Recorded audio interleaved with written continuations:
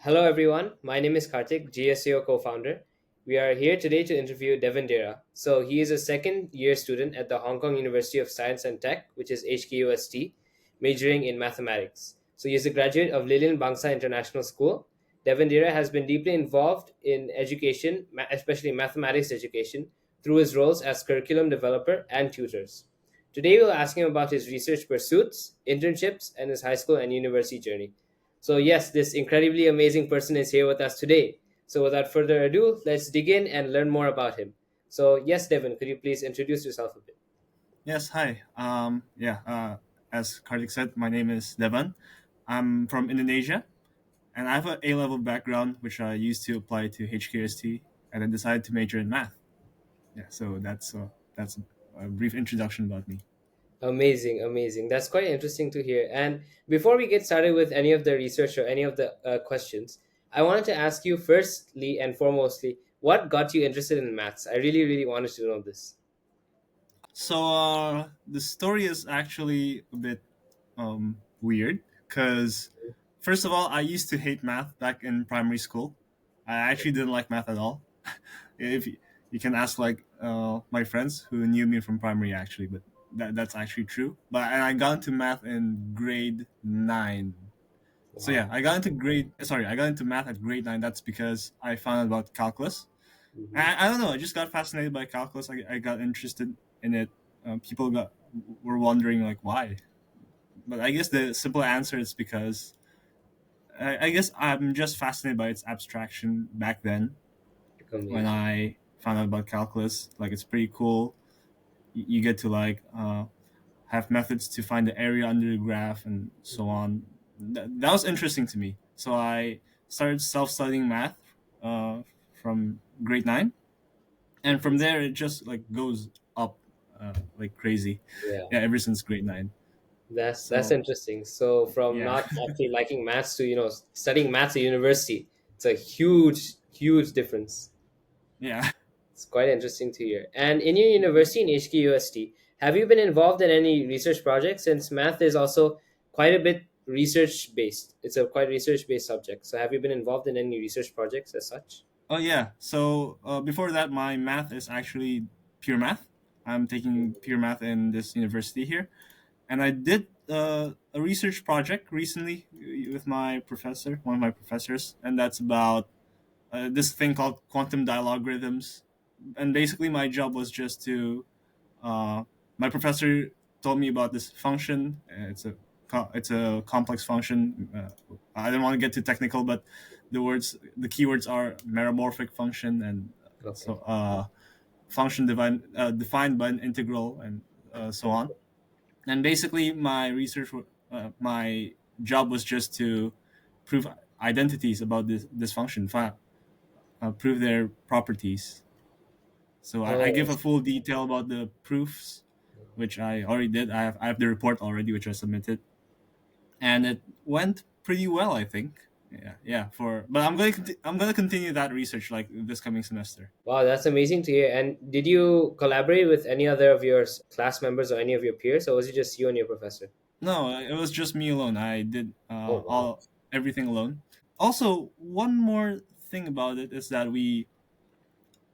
because we found this function in a paper. It was a written paper like 10 years ago, and we found out that I think that we think that the authors made a mistake in the paper, and we found that Oh, mistake. oh, wow. So I included that in the report. Was I didn't expect that too. I mean, Yeah. me doing research for the first time, I wasn't expecting to find a mistake on a research paper that was written 10 years ago. Wow, that's quite interesting to hear, especially since it was written by other professors now, I think. Yeah. They were also studying maths back then. Sorry. It's quite interesting to hear that, you found a mistake in a research paper that goes around 10 to 15 years ago. Yeah, yeah, So, it was 10 years. Yeah, it's like 10. wow. It was like about 10 years ago that paper was published. Wow, I see. I see. But Okay. it's just it's not like a very huge mistake. It was like Hmm. a minor mistake that just needs minor correction, and that it's okay. It's fine. Okay, okay, that's interesting to Yeah. hear. And how do you see the role of research kind of help you develop your future career as a mathematician? Are you interested in going into research as a career? Well, I'm considering research as a career, but I'm still open to other options like maybe just teaching, becoming a lecturer. That's also fine. Becoming a professor is also fine to me. But I'm also like trying to see if I have options to industry like doing actuarial science. Oh, Becoming an actuary basically, working in an insurance company and so on. I think I see. sounds okay to me.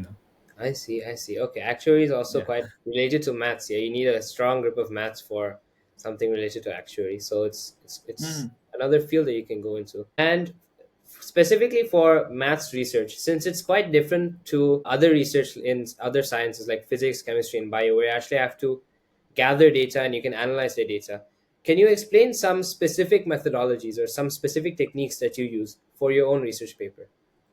Oh well, for my research back then, it was really just you basically don't really need much. You don't even really need like computational power. All you need is a paper and pen, and that's technically enough.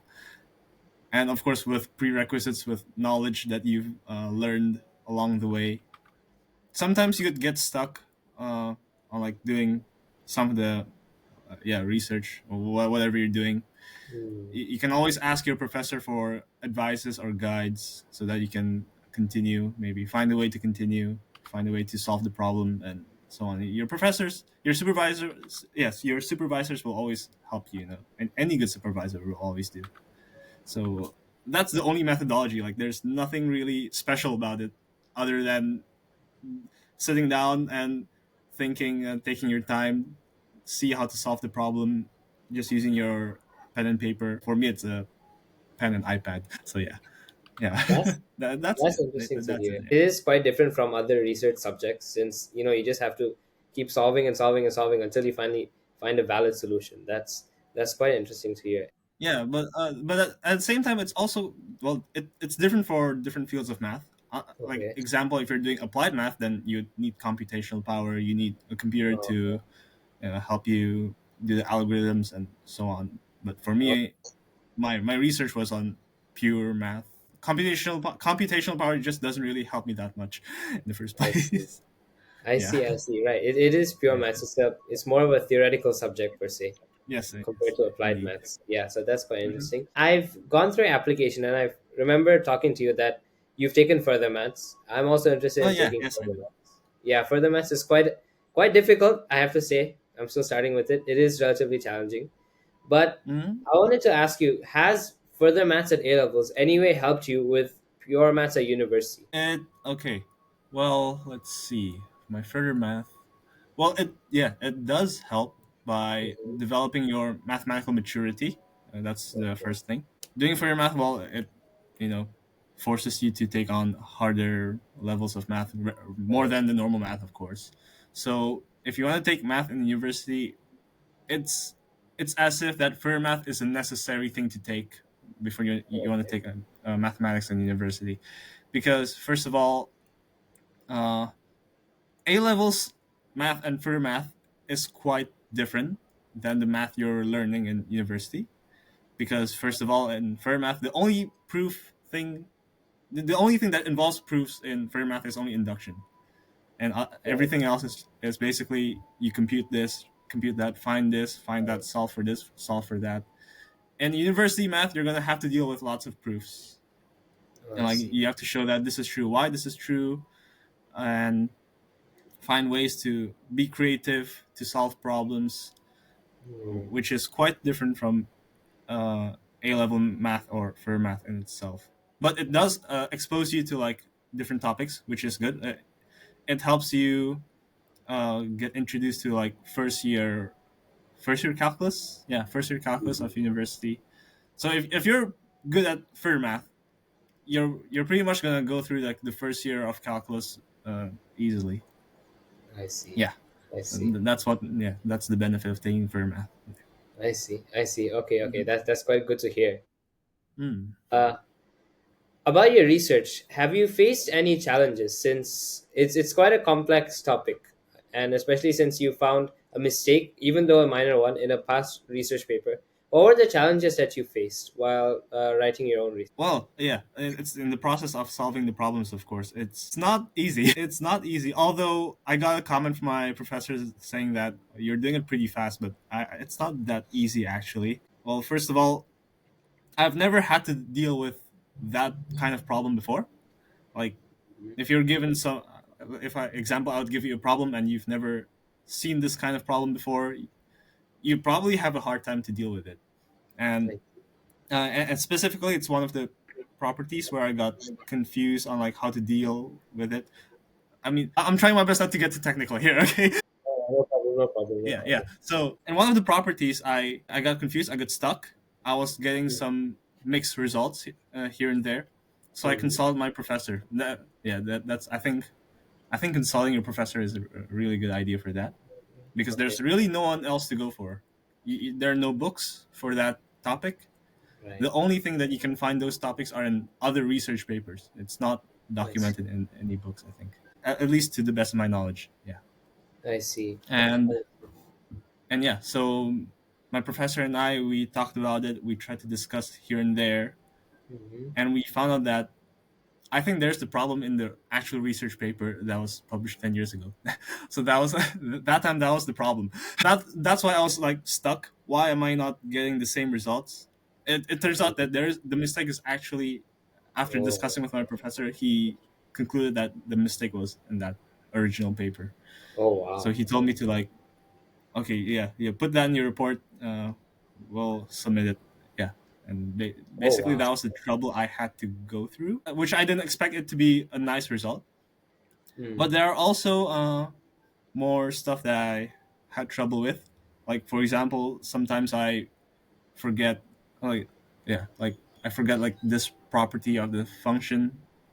Sometimes I Okay. cannot do this transformation. I guess yeah, I would say Okay. just a transformation Okay. because it doesn't apply for this type of problem and so on. And you just have to review the things you've learned before, and sometimes you also have to study things you've never learned before. You're forced to study Right. like yeah things that's necessary to solve the problem.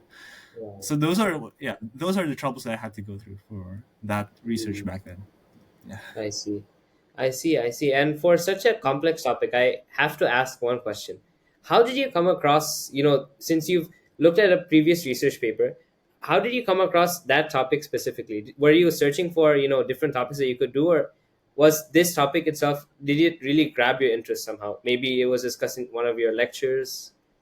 How did you find an Okay, interest in? about this research, it's actually not because I told my professor I want that topic, but it's basically I told my professor I want to do research with you, with him that time. Okay. I Right. told I told him that I want to do research with you.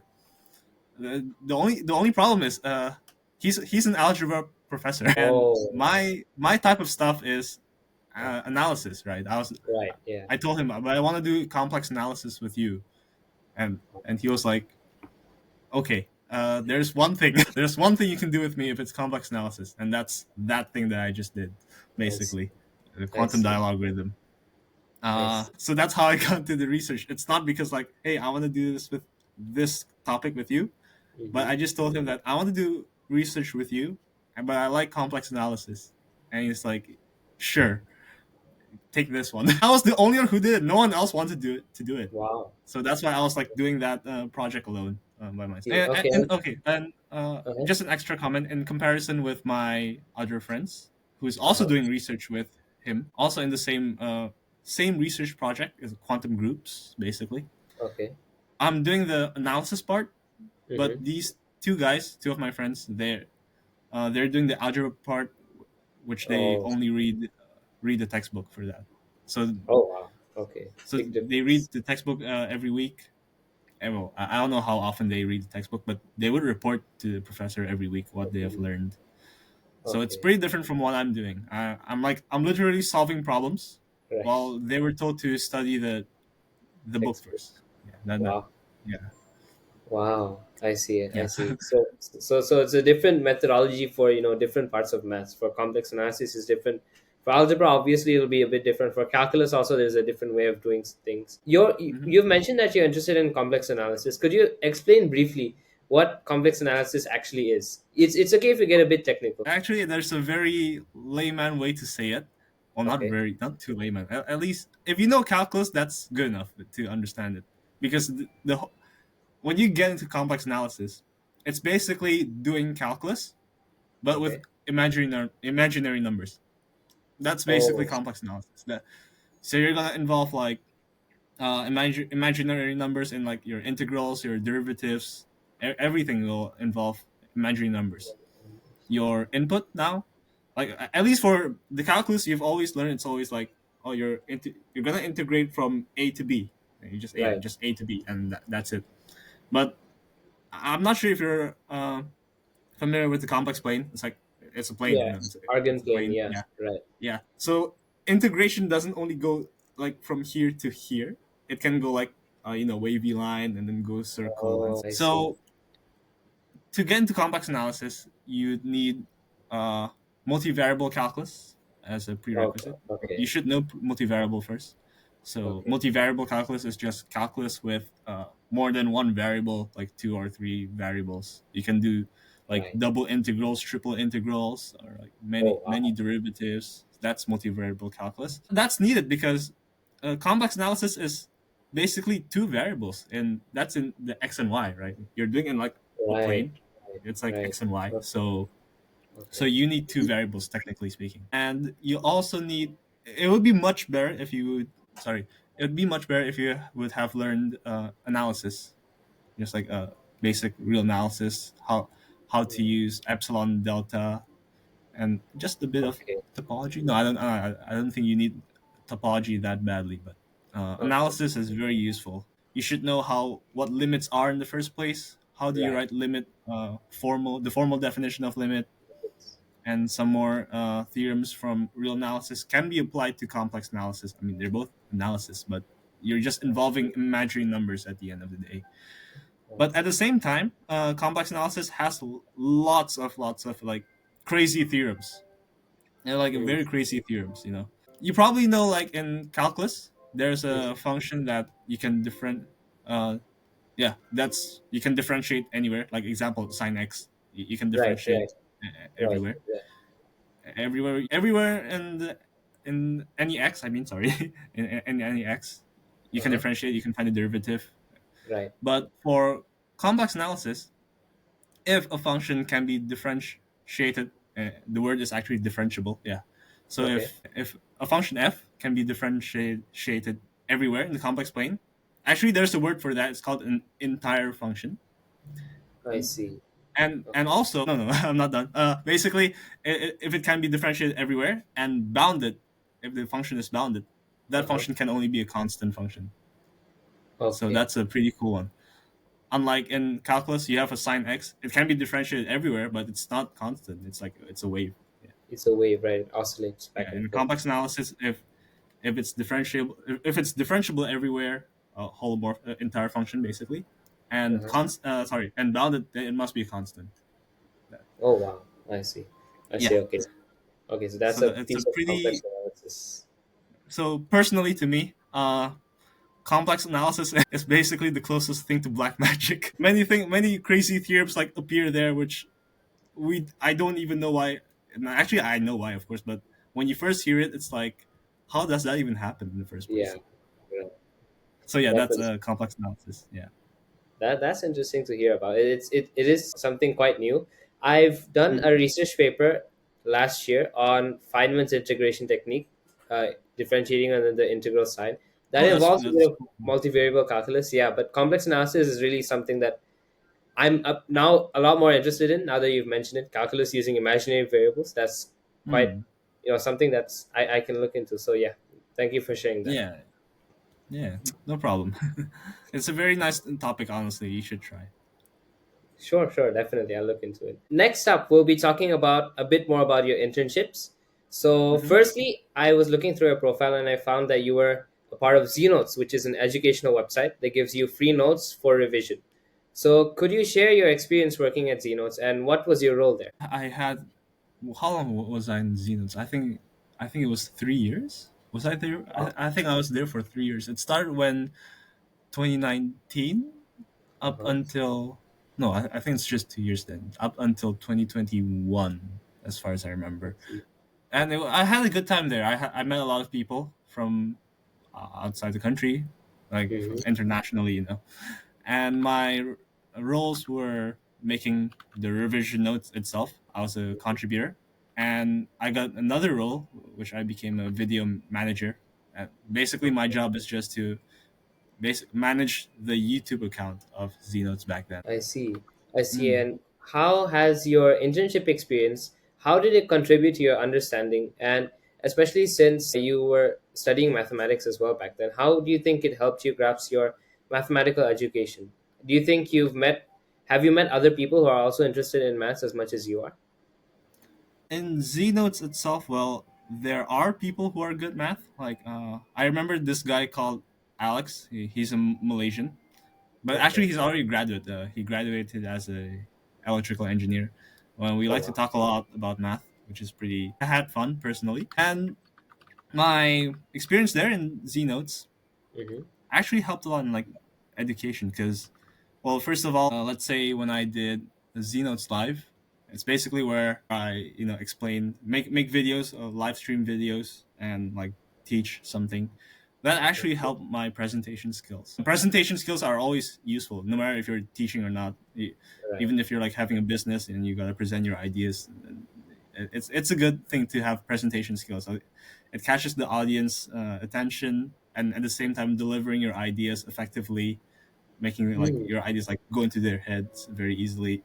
right. It's a good thing. So specifically for mathematics education, well, it applies to teaching, of course. Mm, It's what makes a good teacher a good teacher. It's right. your presentation skills. How do you teach your students? How do you make sure that your students will remember your teaching, and you should know what to say, what to give your students. Right. What are the informations that you have to give to your students. So that's useful. Yeah. Mm, I see. I see. Okay, that's quite good to hear. And do Mm. you think these internships would have, since you mentioned you're interested in teaching maths in the future or becoming a professor, do you think these have helped assist you in finding out that you wanted to become a professor, or did it help you finding your interest in teaching? Yeah, of course. It actually, yeah, it supported my teaching. How do I say it? Dreams, I guess. Right. Well, initially, I thought about teaching was pretty cool before I got into Z Notes. Like, hey, teaching is nice. I understand this topic and I know how to deliver it to someone and make them be able to do it because of me. That I think that's pretty cool. And going to Z Notes also, that yeah, going to Z Notes actually supported me because, well, like example, the Z Notes live again. It Mm-hmm. actually forces me to like improvise. And when you teach, you gotta know how to improvise in Right. midway. Right. Like sometimes you would get stuck, or like you'd have to explain things that you didn't expect that you would have to explain. Like for example, if someone would Okay. ask you a question, Right. like "Whoa," you may get stumped sometimes, and that's fine. Now, how are you gonna deal with that? Yeah. Yeah, how are you gonna deal with that? Can you try to think of the solution on the spot? That's pretty hard, right? Yes. Well, if you Yes. can do it, then of course that's good. But sometimes there are times where you just can't do it. That's okay. You just have to tell your student, I'll get back to that later." But the Mhm. point is, it helps with your improvisation, basically. I see. Your quick thinking skills, because if you can improve that, then that would be better for your students. They ask you something, and you're like, "Oh, this is how to do it, and this is why. This is the reason why this happens," and yeah, so on. It really helps. Yeah. I see. I see. All right. Okay, that is quite interesting to hear. So Hmm. I like how you've, taken the stuff that you've done throughout high school, and then you're Okay. somehow able to use that and put it towards your university life. Yeah. So you're interested in teaching, and you've been in all in edu space as well. You've been in Zenotes, you've been in Star Generation as well. So you have a lot of teaching background and teaching Yeah. expertise behind you. That's quite nice to see and nice to hear, especially from a student who's interested in maths. It's Mm. quite inspiring as well to me. Okay, so next up we'll be going to questions about your high school. So you've mentioned that you are an A level student and you've Mhm. studied at Liling Bangsa Intercultural School. Yes. So First question: what do you think was the most memorable experience? What do you think stands out for you during your time at Lilian Bangsa? Oh, that's pretty hard because well, first of all, because back when I was in Lindbang, so there weren't any competitions or stuff that I Mm, can really that would make me stand out. But okay. I guess personally, my experience that were impactful to me was back when we joined this one competition. It was even I had to initiate it to my teachers, like, hey, I want to join this competition. I think you should invite all these students to in our school. Hmm. And they were like, Okay. okay, so they did. The only Okay. problem is, uh, back then it was the grade nine. Was it grade nine? Yeah, it was the grade nine students. I was grade 11 back then, and the Okay. grade nine students had no one to teach them for this competition. Okay. So guess what? They told me to do it. Oh wow. Every day after school, I would stay behind. Basically, I won't be going back home, and I'll be literally just teaching them on the Olympiad stuff, Wow. competition stuff for yeah, for every day for a week. Yeah, just a week because that time it was a week before the competition starts, and it was quite tiring. I didn't, but it was a nice experience though. It was a nice experience. I That was my first time teaching something to many audience, in the Mm, board, explaining about this right. and that, and so on. And that was also the time where I finally realized that when you become a teacher, you're standing in front Mhm. of everyone. You feel the weight, the pressure of those Yeah. people in front of you. Like these people, yeah, these. So Right. you Yeah. have to perform well, or else these people will also not perform well. So I really felt that pressure back then. It was like a sudden realization when I was just standing in front of everyone there. Yeah, Oh, everyone in the wow. class there. But it was a nice experience. Yeah. Although, yeah, that's it basically. Yeah. Wow. So it's nice to hear that you were teaching grade nine students, and what was that Olympiad math? Oh yeah, the competition is called WMI, World Mathematics Oh, Invitationals. mathematics Yeah, integration. Okay. it was Okay. that one, the preliminary round back then. Oh, Yeah. I see. I see. And did you participate in a lot of math Olympiads when you were in high school? In high school, I wasn't really involved in too many Olympiads. I only joined SISMO. That's Okay. yeah. I SysKG. think Yeah. yeah, you know SISMO, but Yeah. if I were to explain it, then it's basically my neighboring school invites other neighboring schools to join their math competition. I see. Yeah, so I joined that one, and I joined the World Mathematics Invitationals. Yeah, in my high school. So it's only those two competitions that I go back and forth. I joined Oh. SISMO twice and WMI twice. So in total four times. Oh, so four times. Okay. Yeah. Okay. And Mhm. since Math Olympiad has quite a different, I'd say quite a different syllabus from regular school maths, do you think studying Math Olympiad at all has helped you in preparation for university maths? Are there any similarities between what you learn in Math Olympiad and university? Well, the only similarity between Olympiad math, well, actually, Hmm. specifically the ones that I joined. Okay, it's not Hmm. really, how do I say it? It's not very the Olympiad type. I mean, it is Okay. competition, of course, but Right. Olympiad math in itself, talking about IMO, AMO, Okay. Right. those kinds of stuff. Those kinds of questions are made for Olympiads, which are different Okay. than university math. It's like if I were to make an analogy about this, which I saw online, which that's a pretty good analogy.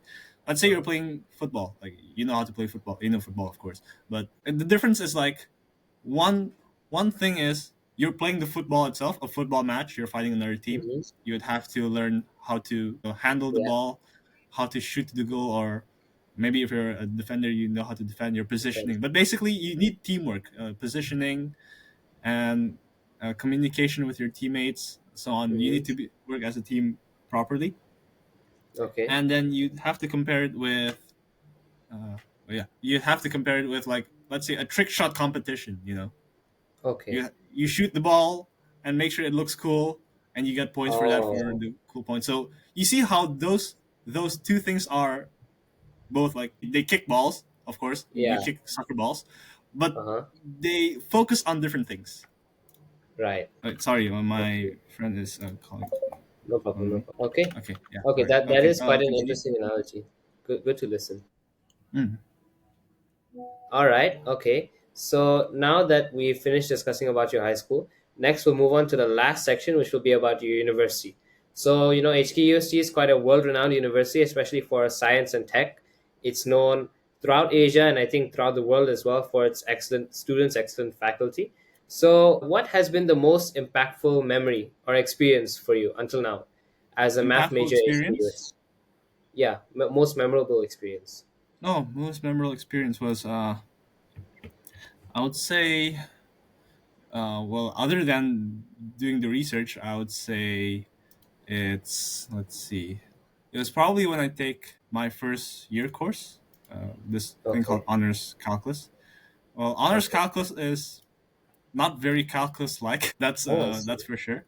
It's actually, if I were to give an accurate name for it, it would be introduction to analysis. You already learned about analysis stuff in your in my well in my first year if you take that course. Okay. And at the same time, I had it's actually the same professor as my research Oh, supervisor. wow. He's Okay. um, and if you know him, he's one of the professors who gives very hard questions in the exam. Wow. It Okay. was crazy because back then when I did that course, I got 47 my midterm out of 100. Whoa. I got a 47. So Okay. I was like, whoa, this is not safe. Yeah. It's really difficult. Yeah. Yeah, 47. But at the same time, the mean was 40. So Oh. I'm not sure Wow. what to say. Okay, but of course, being me, I wanted something better. I don't want Uh-huh. 47.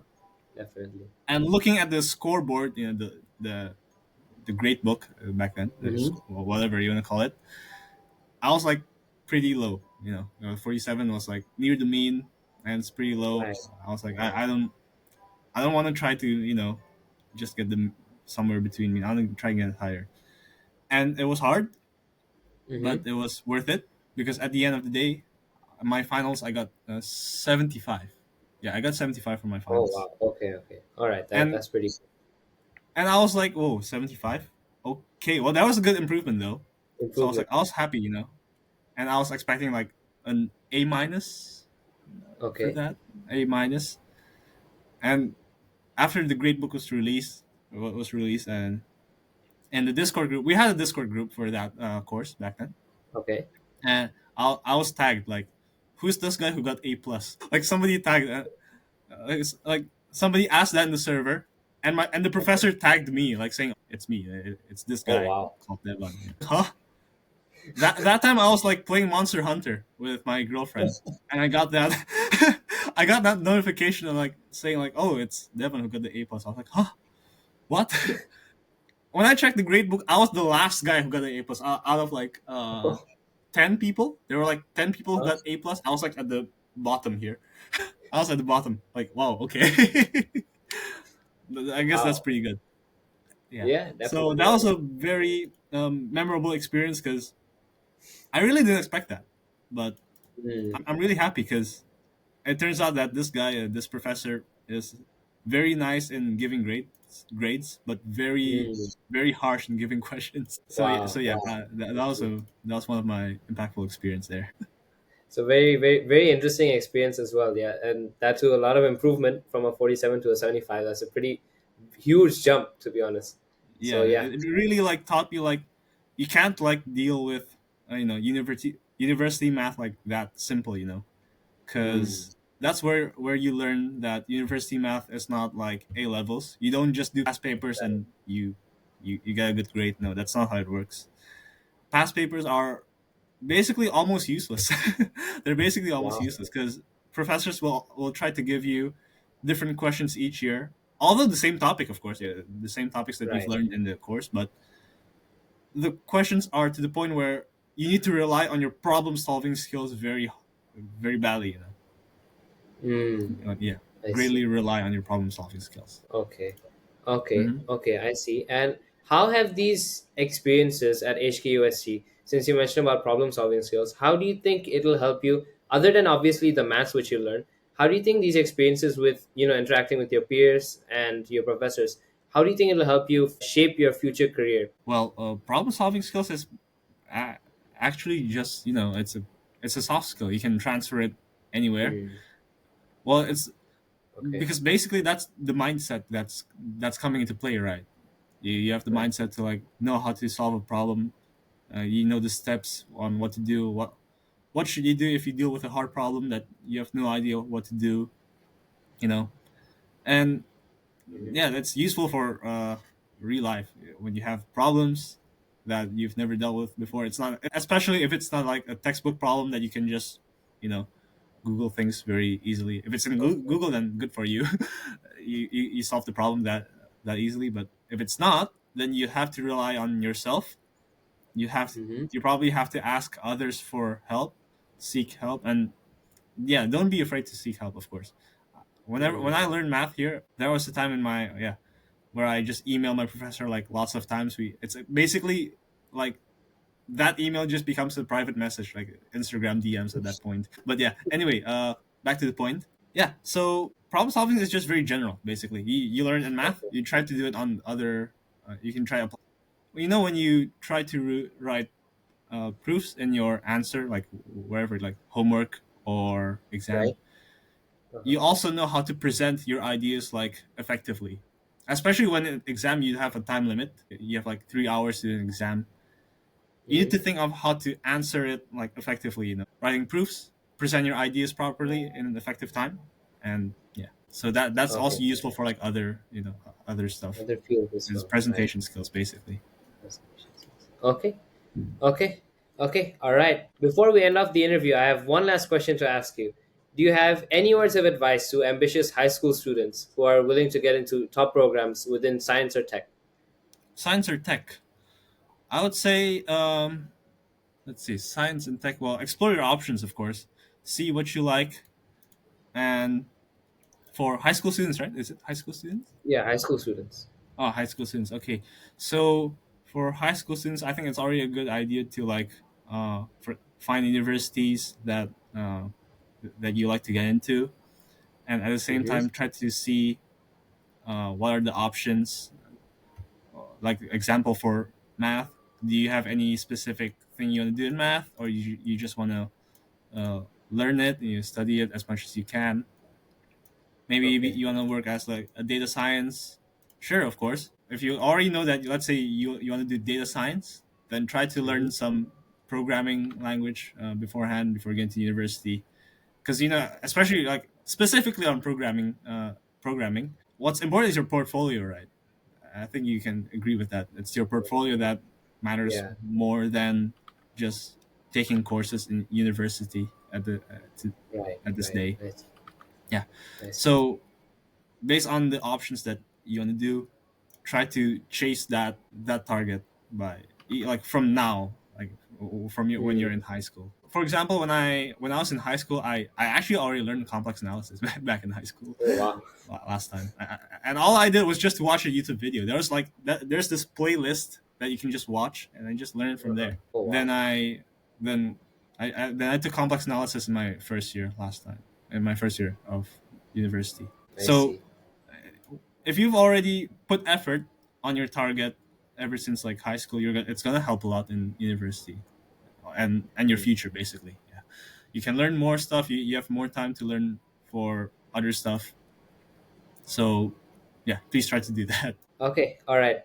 So that ends our interview today. Thank you so much, Devin, for your time. Thank you so Mm. much for your valuable answers and your really, really insightful advice. It was great. It was amazing talking to you. I've always wanted to talk to you ever since the past 2 to 3 years, and finally I got a chance to do it.